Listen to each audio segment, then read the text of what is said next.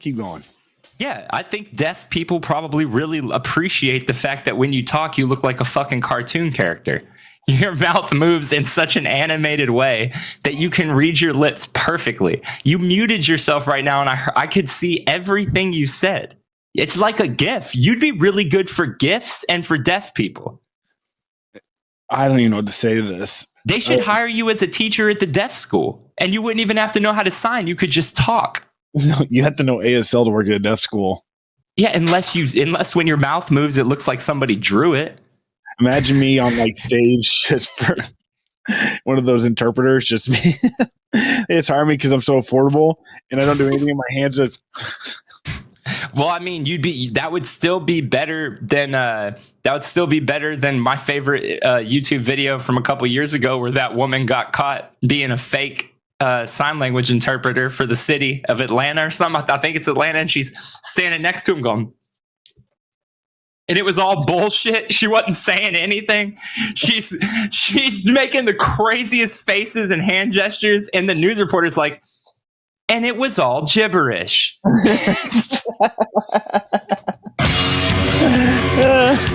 Oh my God, I dropped my pen.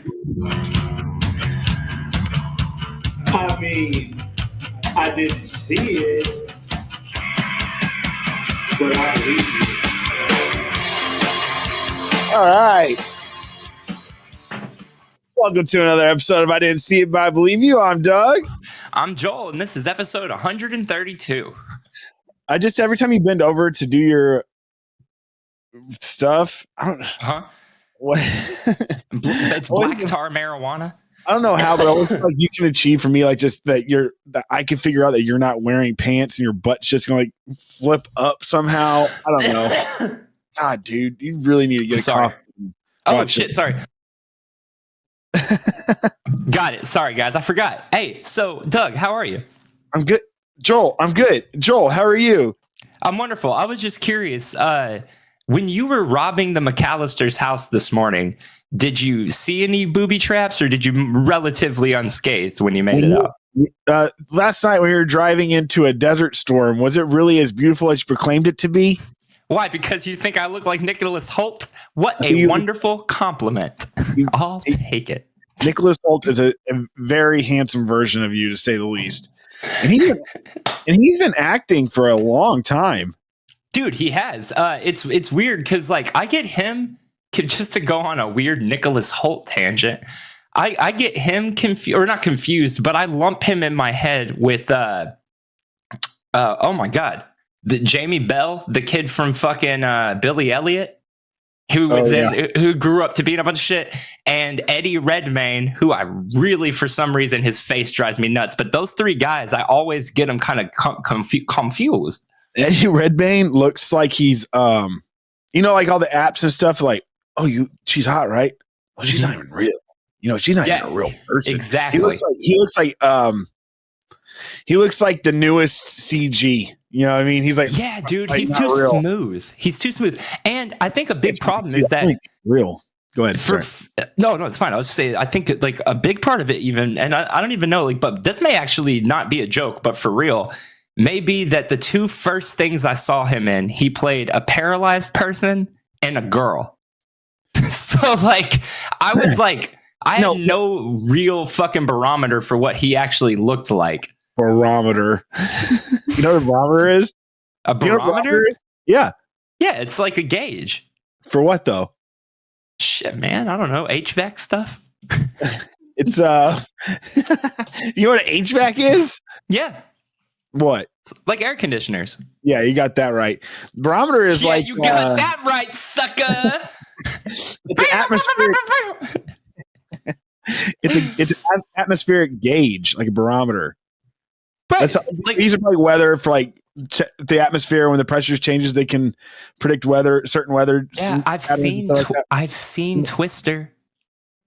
So you know what a barometer is. He says we got barometer, we got onboard Doppler, got satellite real time. So stick around, boys, because the days of sniffing the dirt are over. Jonas, he's in it for the money, not the science. Oh, I'm in such a good mood today, Dougie. Good. You're digitizing out your voice is digitizing. My voice is? Yeah, I mean, I don't care. No. You know what it sounds like? You know, Dude like said, I don't care. you know, when Wes Anderson in The Matrix, not Wes Anderson. Mr. Anderson? Yeah, what's his first name? What's his real name? Did you not Anderson. just watch The Matrix? They call him Tom through the whole movie. What's the name of the guy that started MySpace? Tom. What's his last name? It's Tom Anderson too, right? Oh shit! No way. It's probably like Tom Sanderson. Who invented?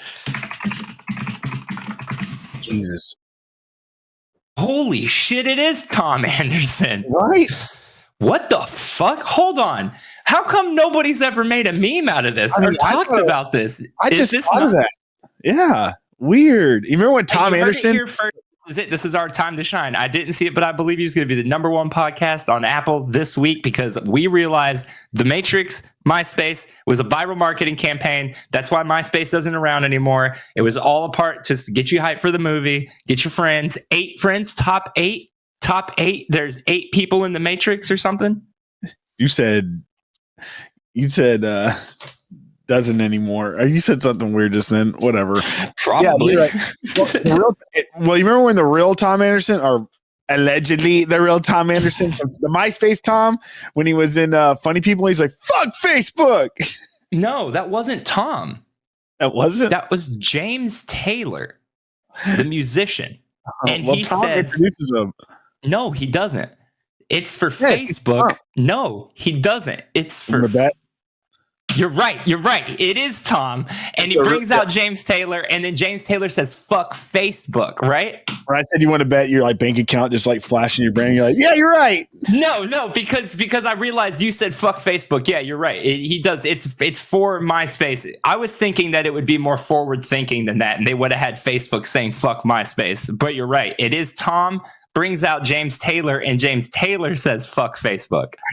I have no idea where this is going. But then he goes, "And you're going to Carolina in my mind." Demonetized. Damn, dude. How do those people? Hold on. Let me just get back on track real quick. Mm-hmm. Do you want to know how people that cover music on YouTube get all those views and make money? They don't make money. They just get all those views. Oh, really?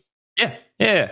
I mean, dude, there is. I say that as a joke because you can't demonetize something that wasn't getting money to begin with. But a lot of people that I watch like pretty regularly will, on a regular basis, say, "Well, that just demonetized this video," and it's always like, "Oh, I always am like, oh yeah, that probably did, huh?" So a lot of these channels are flat out demonetized most of the time. And probably I think like Patreons and sponsorships and stuff. Exactly. I think it's kind of flipped with the way everything goes. I think it's kind of flipped into using this as more of just another platform, sort of like as a musician, you're not making money off your album, you're making money off merch sales on the tour. Hey guys, welcome to another episode of IDSIBIBY. You today we're going to talk about monetization and how to further your career as a YouTuber. Hey, have you ever wanted advice from 2 people who are not a part of that ecosystem whatsoever? How does monetization work?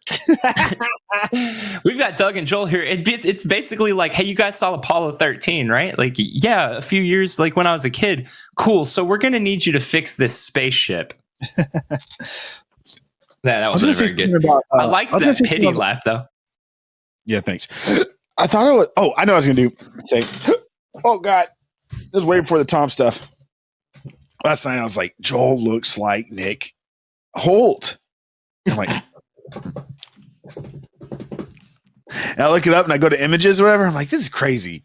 And then one popped up. And this is just the this kind of goes hand in hand. You know, when somebody like becomes an expert and all they did was read a headline of a thumbnail or something, you know?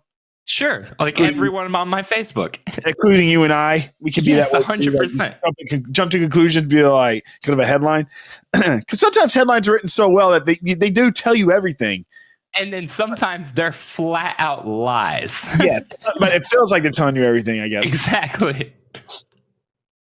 So a picture came up, and it was a split picture, kind of like you and I right now, and one was of Nick Holt and the guy from Game of Thrones that plays Jon Snow. Except the correct pronunciation. Is it the Viking pronunciation of snow?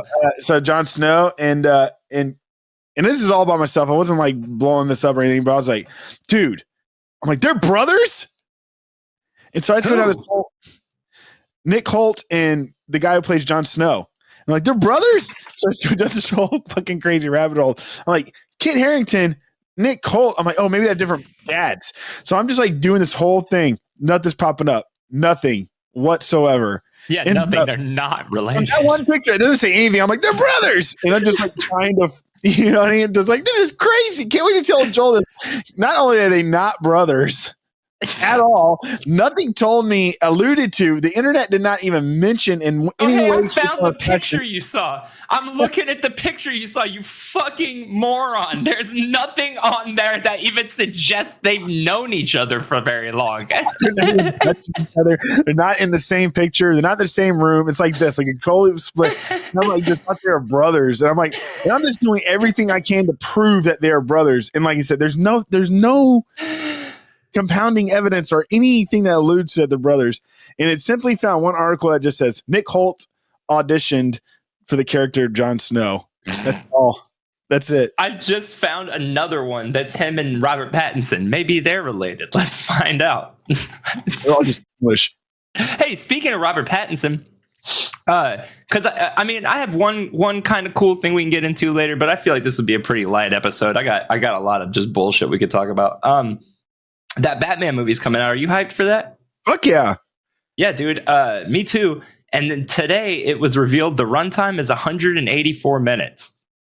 That's a really fucking long movie. That's 3 hours and 4 minutes, dude. So like if we're saying like even if it has 8 minutes of credits, which is about like what those comic book movies usually have, and you have to sit through them because I'm assuming DC will start putting in after credit scenes now too. We're talking about a 2 hour and 52 minute movie.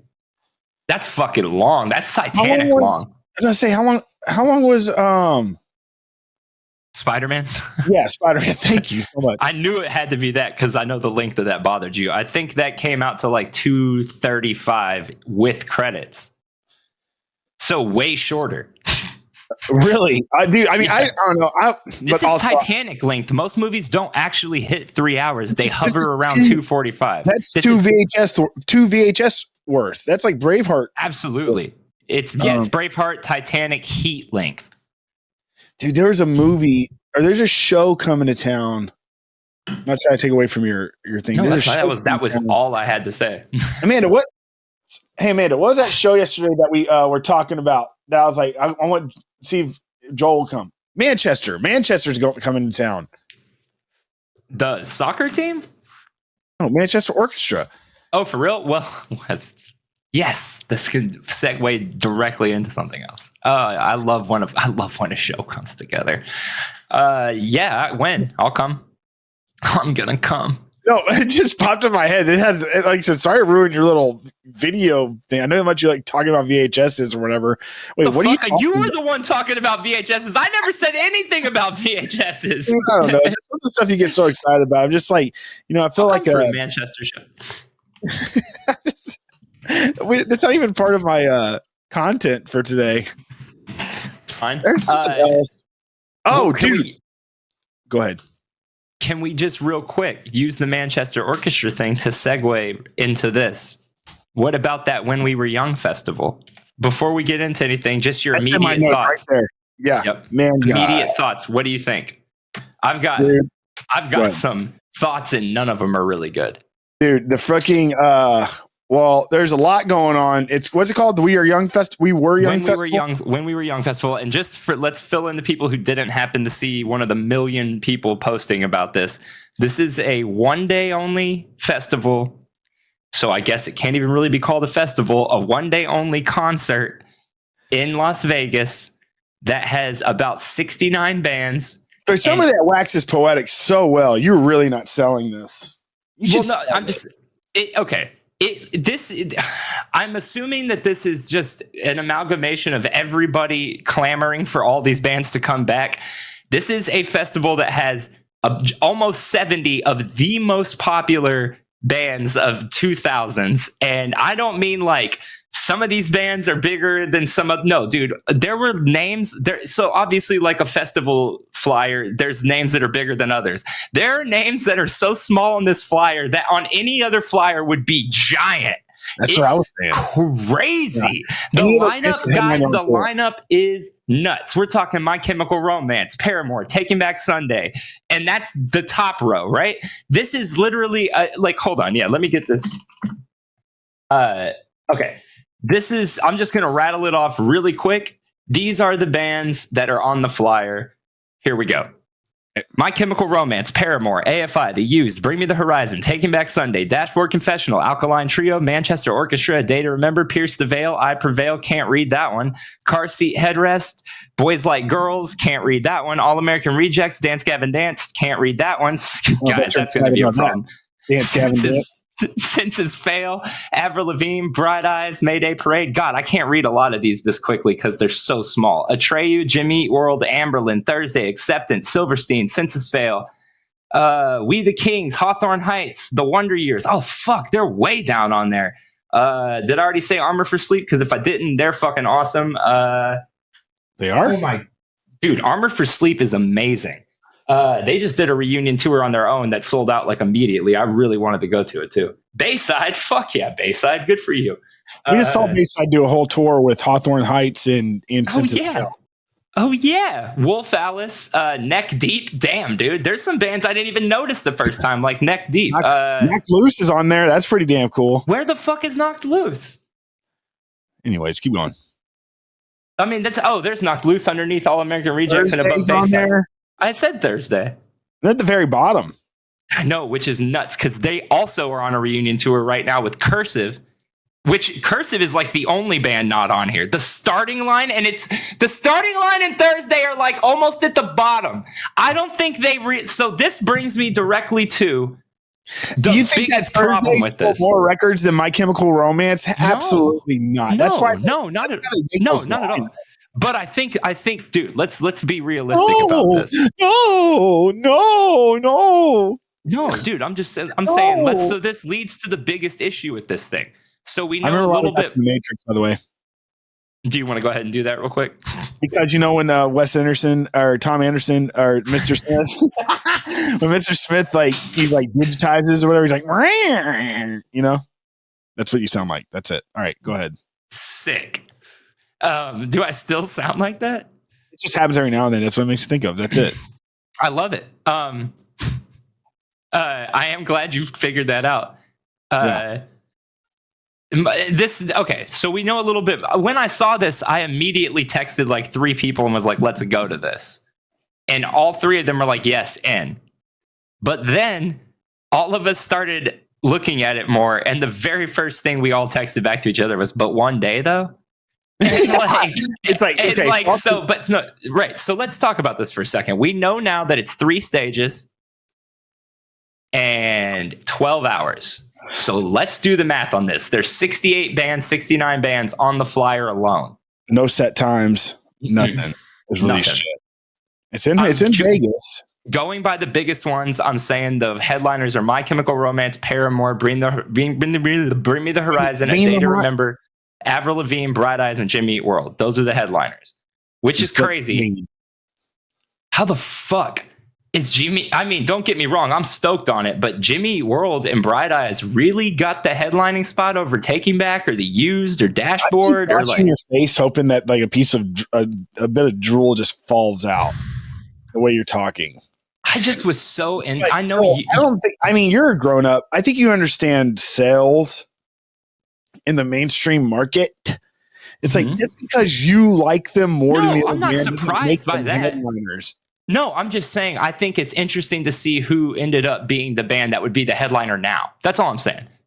Dude, all these bands are lucky to sell a fraction of what they sold back then anyway. Besides My Chemical Romance, Paramore, and Bring Me the Horizon, and A Day to Remember. That dude, Avril Lavigne plays on Christian radio now. Like a lot of this is, I wonder how much of this is even going to end up being fun for people. Like, okay, it's all a bunch of Hufflepuff. It's all a bunch of Hufflepuff. It's all a bunch of. It's all a bunch of somebody stuff. I saw somebody say this on Instagram though. Like, I think people are going to be really disappointed if these bands play anything that they've released for the last 15 years. Imagine you go see a When We Were Young festival and AFI plays just stuff from their new record instead of stuff from Sing the Sorrow or All Hallows or anything like that. Or like if Avril Lavigne plays her Christian music. Or like if A Day to Remember plays that fucking song that plays constantly on the radio right now that nobody likes. I wonder, will Taking Back Sunday play anything we like? Will Paramore play anything from their first records? Like all these bands still, most of these bands still exist and put out music. You know? Like, and a good handful of these bands are currently on tour. No, for sure. And so to go with that, you made a good point. They're lucky to make all those record sales back in the day, which is simply because of the times have changed. Mm-hmm. Selling records are different. So a lot of these people are chomping at the bit to do something like this. And there's a lot of money to be made in this. And obviously the best way to make money as a musician these days is with merch sales and live sales, whatever. But even those are like becoming like controlled by record labels and stuff, but not record labels I've noticed aren't like necessarily the fat cat anymore. It's the promoters, like the persons that putting this on this festival is Live Nation. You know what I mean? They're the fat cat. And they're also the ones that were in control of Travis Scott's Astroworld tragedy. Right. Which is the big thing that people are talking about today is like, let's again break down that these are almost 70 bands that all have massive fan bases. Okay. It's like, so like going from one stage rushing to the other and everything. Yeah. It's asking for a bunch of hurt, but at the same time, I've never even been to fucking Las Vegas. I don't know how like the layout is. I'm sure they learned a very valuable. I'm gonna pull it up right now. It's the Las Vegas Festival grounds. Let's pull it up. But I do want to say one thing. I think it's okay.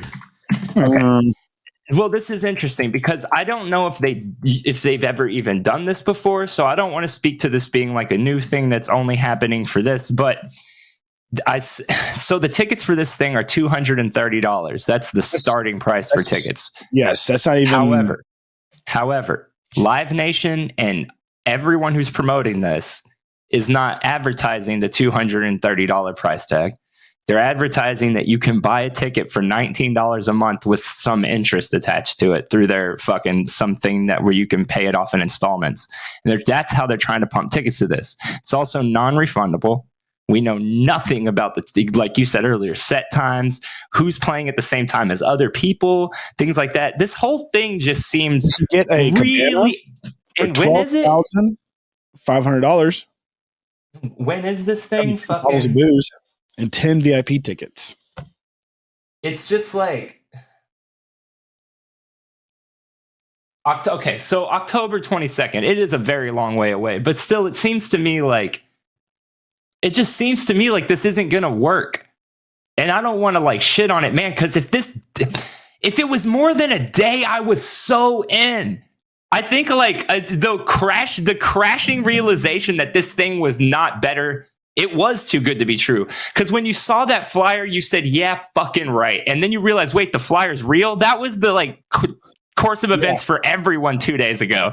And then you look further at because you get in that, oh my God, this is real. And you send it to everyone. And then everyone at the same time goes, but one day. The Fyre Fest memes that are pretty fucking funny. It feels like expectations went straight up in the air and got shot down immediately. But I do have to say I'm proud of people for that. Like, I think 2 years ago, even we would have ignored all the signs and been like, nah, this is going to slap and just rode directly into hell with it. But people are getting smarter. This is the craziest day of my life. Let's go. You know, just like, I'm fucking in. I did the fucking $19 for 30 years, baby. Let's go. Yeah, you fucking paying a car note to go to this show. Yeah, dude. So like, if you got 10 friends for VIP, yeah, and if you how much did you say VIP was? $12,000. No, not VIP Cabana. It's $12,500, and it's 10 VIP tickets. You get your own spot and like special service and stuff like that. Special service, like the band comes and grooms you at the Cabana. Yeah, it's like I don't know. I haven't seen. the only band on there that I would even be dying to see. That's another thing that I wanted to bring up. I don't know if there's a single band that I would. I would go to Taking Back. I would go to a Taking Back Sunday. I'd go to a Taking Back Sunday concert with you because it's so important to you. And there's a bunch of songs that I love on there, and like, you know what I mean. And there's like a lot of songs that I sing, like can sing along with. But I mean, there's like 4 or 5 that I really like. But other than that, I don't really know any of them. You know.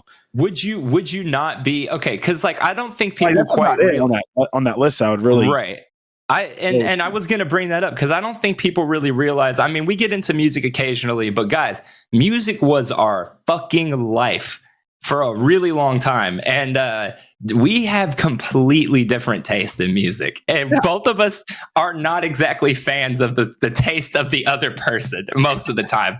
We both try to show each other bands constantly, and it works out like 1 every 10 times. Yeah. When I saw this list, like I said, I sent this to like 3 of my friends and was like, let's take a trip to Las Vegas to do this. And Doug was not in that list. Not because I don't want to go to Las Vegas. He's my fucking best friend. But because he would not want to be here. And it's interesting that you said Taking Back Sunday, because I thought the only thing that could get you here may be like some of the songs off the first My Chemical Romance record, or maybe something from Jimmy Eat World. But now that I'm thinking about it, what do you like from Jimmy Eat World? Probably nothing. No, I like good. I like that.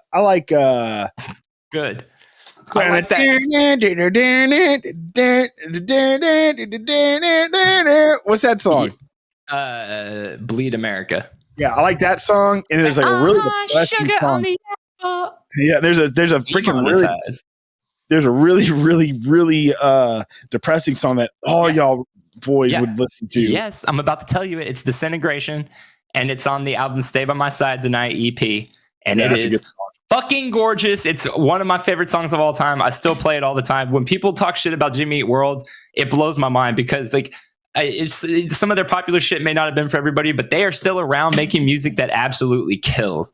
You can't say that for a lot of bands on here. Interesting to think like Manchester is like 3rd row down and tiny. And this is what I was saying about things that surprise me, not because I care, but Manchester Orchestra sells out arenas right now.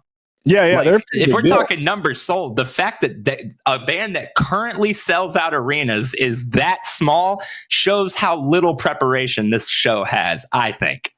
Like, I think they're underestimating the size of the audience of some of these bands. His name's Andy Hull, right? The lead singer of that band? Yeah. You know that's a city in England? Hull, England? No, but it sounds about right. Do we want to? Well, I want to, but like cities in the acclaimed novel, The Northwater. Really? Yeah, it's a little well. That's a nice callback to last week.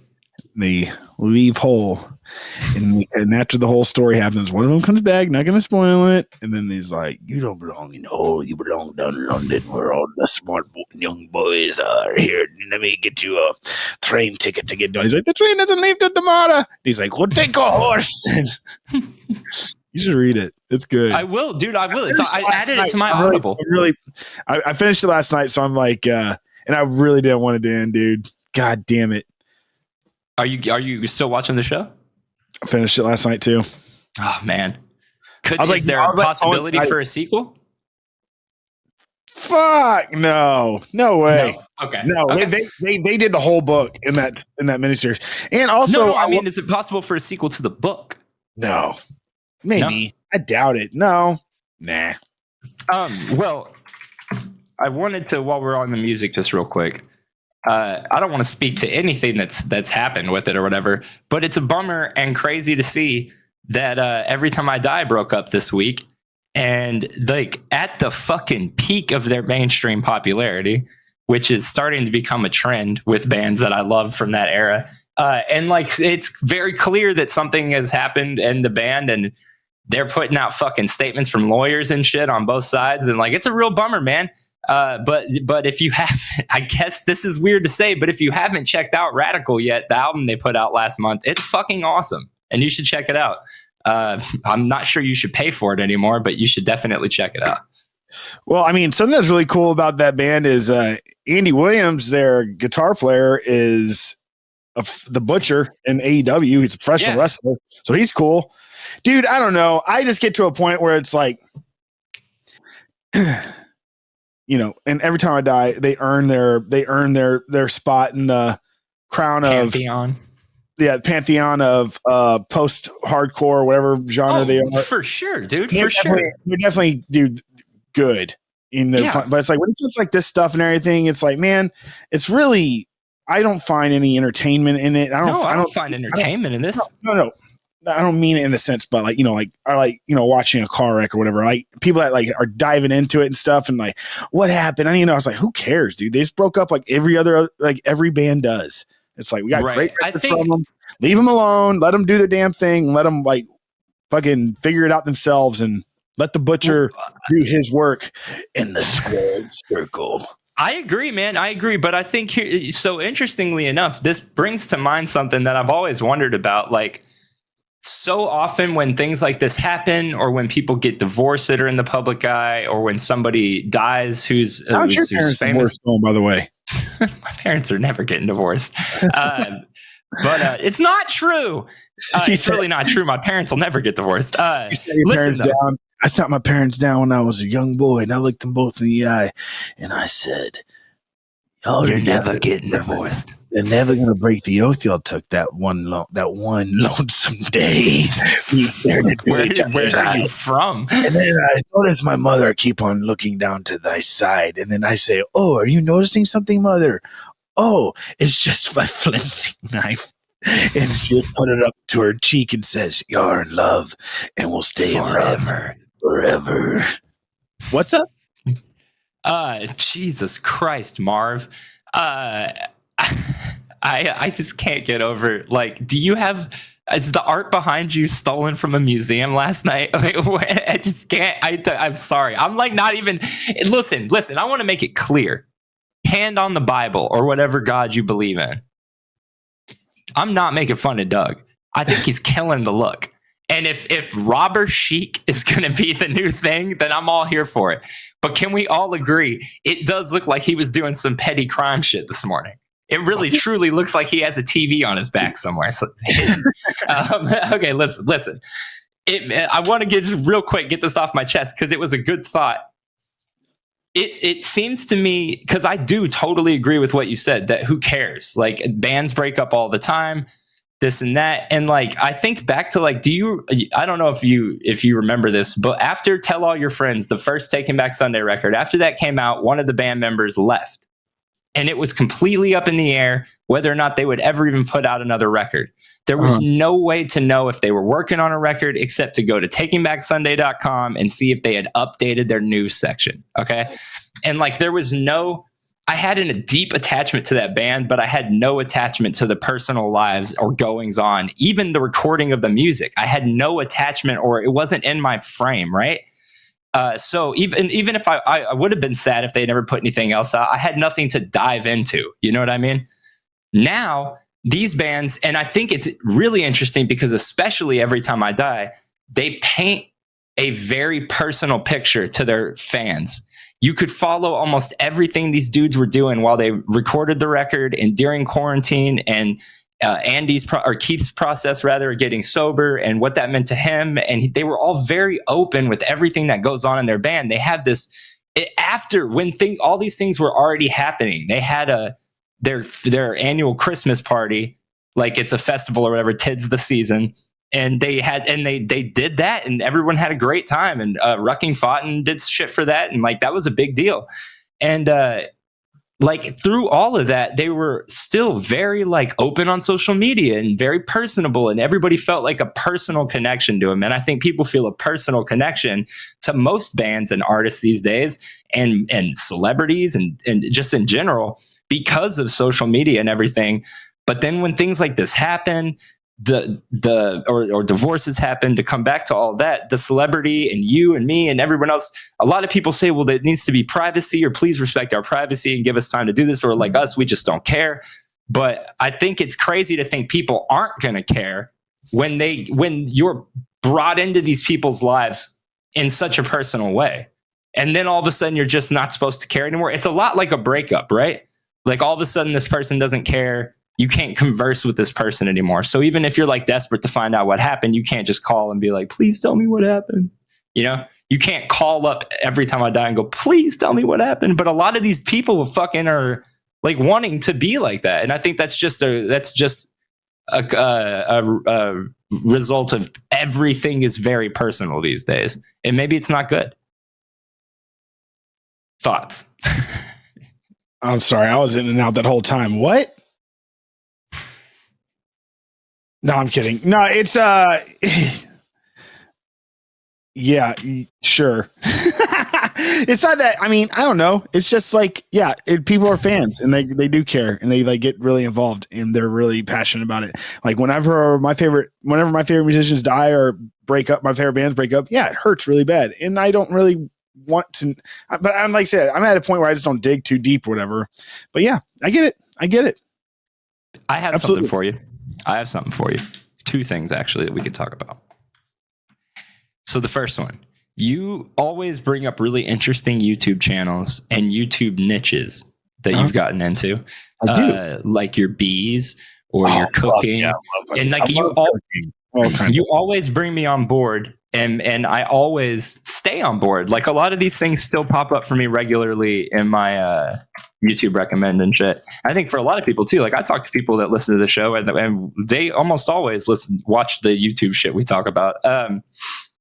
But I found one that you and I have never gotten into anything like this really before, or at least talked about it. And I sent you a video the other night. It was the first video of theirs that I had ever found. And it was on the really wild end of videos that they have. But it's called Dive Talk. Mm-hmm. And it's two professional divers who react to videos of diving that are on YouTube and talk about what's happening in the videos and what their reaction is to the diving in the videos. And then they also have their own diving videos and their things like that. The one that hooked me that I sent to Doug was two professional divers react to free diving in a Chernobyl nuclear reactor. And that those guys aren't divers. The two dudes reacting are professional divers. Yes. Very famous professional divers. The guy on the right is that one dude that's in that video about the turn signals. The big dude is a professional diver. That turn signal guy is definitely not him. The turn signal guy does not have an accent like that dude. What? Yeah, definitely not. Those two dudes are professional divers, like very respected professional divers. Okay, the one on the left is apparently like one of the most respected divers, Woody something. But listen, so the video, did you watch the video? No. Oh my God, Doug. I know, that's fine. But let me sell it to you real quick. Woody diver. Let me sell this to you real quick because my God, guys, I had taken some, you know, like when Roseanne took Ambien and went on that anti-Muslim rant. And then she was like, I was just on sleeping pills. And everybody was like, yeah, right, you racist cow. But the truth is, I took sleep. The truth is about Roseanne. That's the title. We're going to get so many views. 7. This week, we're going to get 7. But no, the truth is sleeping pills do start to make you feel like out of body and out of person. Like so like I don't take Ambien or anything, but I'll take Unisom, which is like just an over-the-counter sleeping pill when I need to go to sleep and like I'm not tired.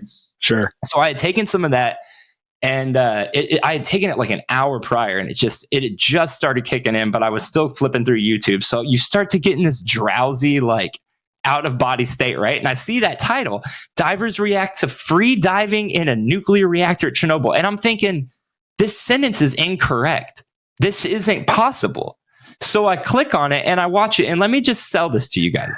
So in the video that they're reacting to, there are Russians who. Am I supposed to close my eyes for this?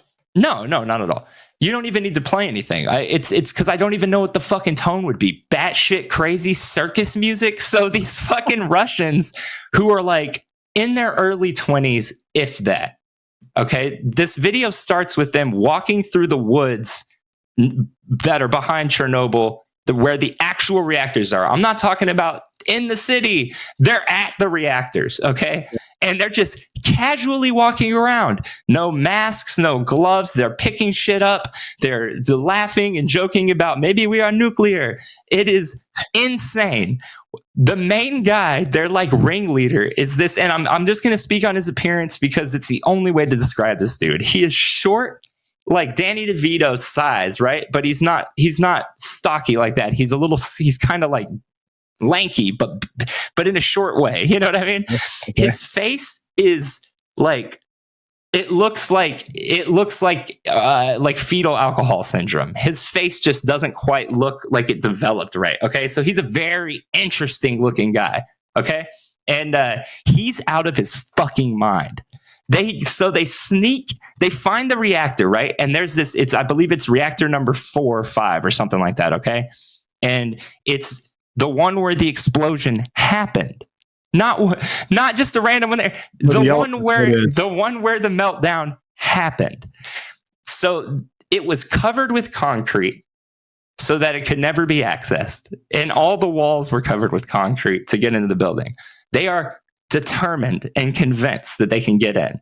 And when they get in, they want to get underneath the concrete part of the reactor and swim in it and dive in it. Why? Because they're out of their fucking mind. So they get in. And this dude, so it's not even like, it's all in Russian. But if you use the YouTube captions, it's gibberish. So there's a dub option for it. Maybe this person is just from Chernobyl and has just been living there his whole life. I don't think so, because there's videos of them in other places doing crazy shit too. This is like a dream for him to do this. Let me just say this. I'm not sure how accurate the dub is, because the dub is also wildly crazy. If the dub of this video is correct, it's insane. These people are out of their fucking mind. They find a rusty ladder. So what happens is they get to the reactor, they find a hole in the wall, they find a rusty ladder. By the way, you're not supposed to touch anything. In that area. You can be there now. Right. You can be there now and you can do tours. You can do tours and shit there, but you can't touch anything. Like, it's out of control what these dudes are doing. They find a rusty old ladder right next to the building and pick it up, prop it up on the wall, and just climb into this hole. They don't know where it's going to go, what's on the other side. They're, again, not wearing any protective gear, not gloves, mask, nothing. And you start to think, and the dude's reacting, you're saying it too, like, wait, if they're planning on diving, where's their gear? Oh, that's the best part. So they get in and they are just walking. It literally looks like a bomb went off in this place. We're talking the ground is falling apart. Underneath them is 30-foot drops that are just bottomless with water. Could be anything. Why is there water in here if it's sealed? There's so many questions. So they get there and they finally get to a place where they can no longer walk. It's a stairwell that goes to the right. It's like a hallway, but then that hallway just branches off a lot and doesn't go up or down anymore. So they have to take this stairwell that's going down, but it's flooded all the way to the top of the stairwell. Okay. There are like 7 more floors underneath them that they have to get through.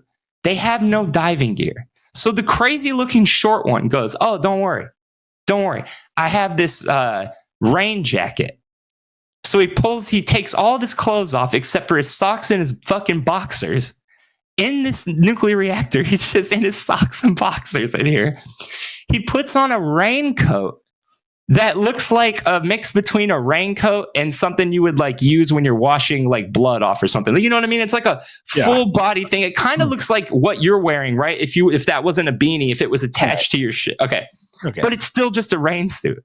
Then he pulls out a gas mask, not like any kind of special gas mask, just a gas mask with a filter on the front that has holes on it. He puts that on his... Sounds like a DIY biohazard suit. Basically, yeah, but even less than that. Like if you bought it at a poncho store. Okay. So it looks like a poncho you get at Disney World. That looks like what he's wearing. And then a gas mask that you buy at like Planet K. There is nothing professional about what he's got. And there's a bong attached to the end of it. And he just duct tapes it. He even starts saying stuff like, guys, I am afraid if I go down, I will not come back up. And they're like, oh, you got this. And he's like, but I must go. Why? Who fucking knows? So he puts on the gas mask and just dives into this fucking nuclear water. He had like a light, a flashlight or anything with him? No, they're just shining the camera light down there. This is insane. So he fucking dives in face first, and immediately the gas mask fills with water. And he comes up and he's like, I would have died. And he pulls it off, covered in nuclear water. And he's like, maybe this was a bad idea. So they walk back to their shelter. And I'm just going to go through this because it's insane. They walk back to their shelter. And when they get there, the fucking police are there. And the police are like, you're busted. What were you doing? And they're like, oh, we're not doing anything. Drinking nuclear water. Drinking nuclear tea. They're like, what are you doing? And they're like, oh, we're not doing anything. Would you like a shot of vodka? And the police are like, yeah, thanks. And drink vodka. And they're like, all right, we'll see you later. And they don't get into any kind of trouble. So they immediately start calling people, hey, y'all want to go in this reactor? They don't even care. So they get more people, and they get these 3 inflatable rafts, like exactly like the thing I bought at my bachelor party, but longer. Okay. So these inflatable rafts, they take them, they blow them up, they go through the entire place they were, they get back to that place. They now have 6 people with them. They fucking are riding rafts through this toxic radioactive water. None of them have fucking gear on, none of them. And one of the rafts, they are way far into the building. Okay. And remember, once you turn this corner on the water, it's all flooded at that height. So you have to get back to where that stairwell is to get out of the water. There is no other option unless you were actually going to dive through it into the reactor, which again, none of them have diving gear. So they get deep into the building and realize one of the rafts is deflating. Oh my God. So they are panicking because all of them are stupid, but they're not ignorant. They know what they're doing is batshit crazy, and they keep talking about how crazy it is while they're doing it. Like they're talking about how they shouldn't touch anything while the main guy's finding radiated bean cans and putting them in his pocket and shit. Okay. Like they're insane. So they have to very quickly get back to the fucking stairwell while this thing deflates. They're sticking their finger on it, trying to keep it from deflating. They're panicking, like paddling with their hands in the irradiated water. They get back and they're like, you think that's going to be the end of the video? They can't be any more stupid than that. And you'd be wrong, because they get on the stairwell and pull out this bag that they have with them and open it up and pull a fucking fishbowl out of it. And out of the fishbowl, they attach a tube and to the like a clear tubing, okay? Yeah. And they attach it to the fishbowl, the inside of the fishbowl, and then they take it out and attach the end of the plastic tube to a bicycle air pump. Okay? Yeah. They put the helmet on the crazy little dude, like tape it up on him and get him in there. And he's got a GoPro on his helmet in the fishbowl. They put the tube in his mouth, and they have this crazy Russian guy pumping air for him as he dives down into the stairwell. And he films it, and he's in this fucking disgusting nuclear water diving around, and all of a sudden water just starts filling up in the fishbowl. And so he has to dive back up to the surface. But I can't even believe I left this part out, but tied around his waist is a 25-pound weight to help him sink so that he can dive easier. So he's frantically dude, I don't want to give away the ending. They don't die or anything. It's just give it away. Just give it away. Guys, you've got to watch this video. Dive Talk is the channel.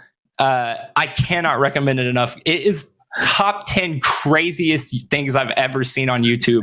I thought the entire time, because again, you have to remember, I've watched hundreds of their videos now and none have been this crazy. Okay. But at the time, this being the first video of theirs that I've seen, I'm sitting there going, all right, is this a joke?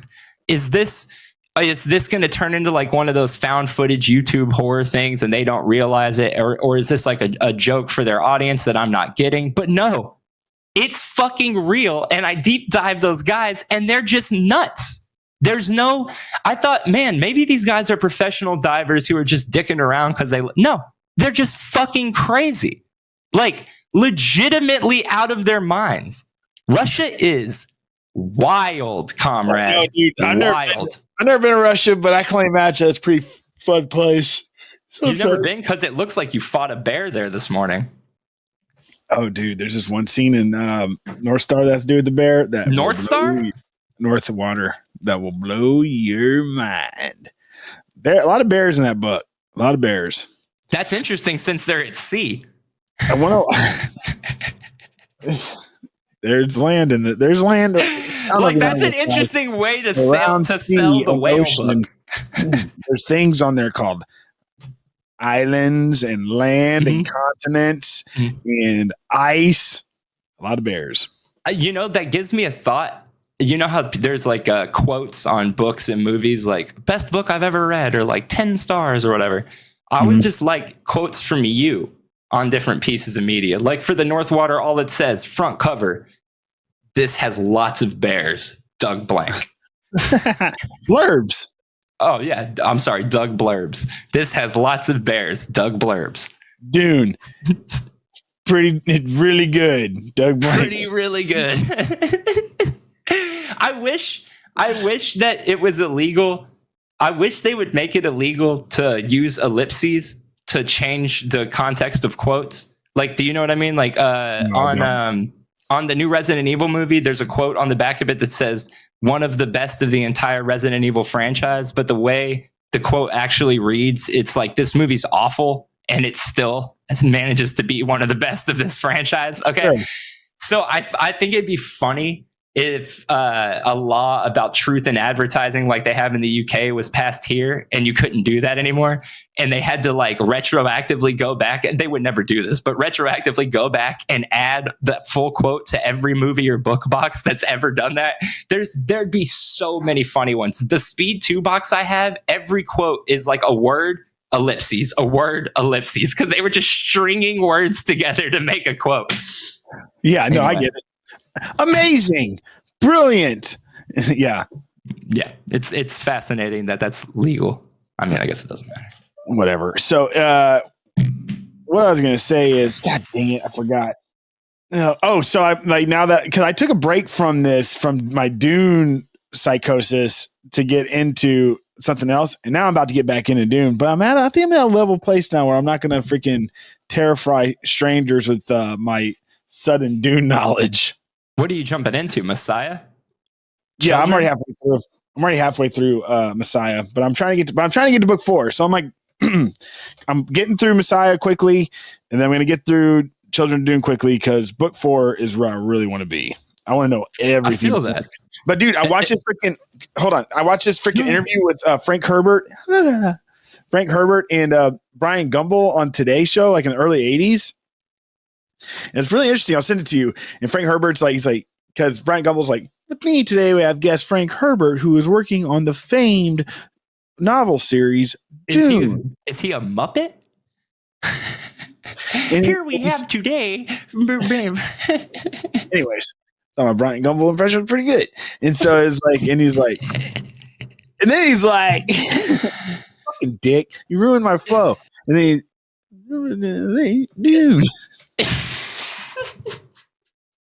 He's like, a story about a prolific leader who slowly transforms into a worm. Like, Mr. Herbert, what does that make you think when the way I say that, like, and people taking it serious, he goes, oh, I can understand how like people don't take the worm part serious just from theirs, but it's about how like we all have like primal inside of us, and we don't like thoughtless, like, right, there's thoughtlessness. This is not at all what he says, but trying to dugatize it. We've all got worms in us. We all got worms.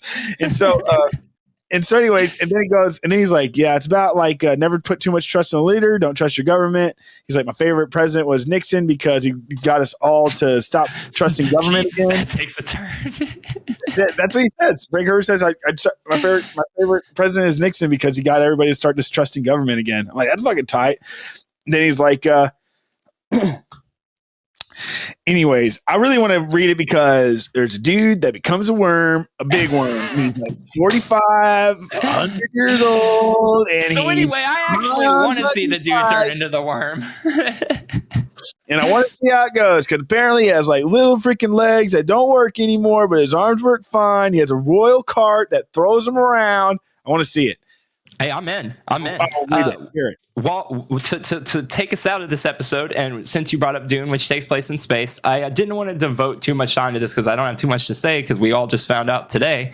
But today it was announced, and let's put it in the books, baby. January 20th, 2022, they announced that a fucking film studio is going to be launched in space in 2024. The SEE or C1 studio module will be attached to a commercial space station, and it's coming from the company co-producing Tom Cruise's upcoming space movie. Because if you didn't hear, a few months ago, it was revealed that Tom Cruise has decided that he can no longer film movies about space on Earth. He must film them in space. And they said, all right. Good. And so they are sending Tom Cruise to space. He is currently learning how to be in space like a fucking astronaut, and if I might add, like a fucking asshole to go launch himself up to space during America's darkest time to make us a movie. So I think that's pretty badass. I think it's insane. I think it's a waste of time and money. You want to talk about things that are insane to put into space?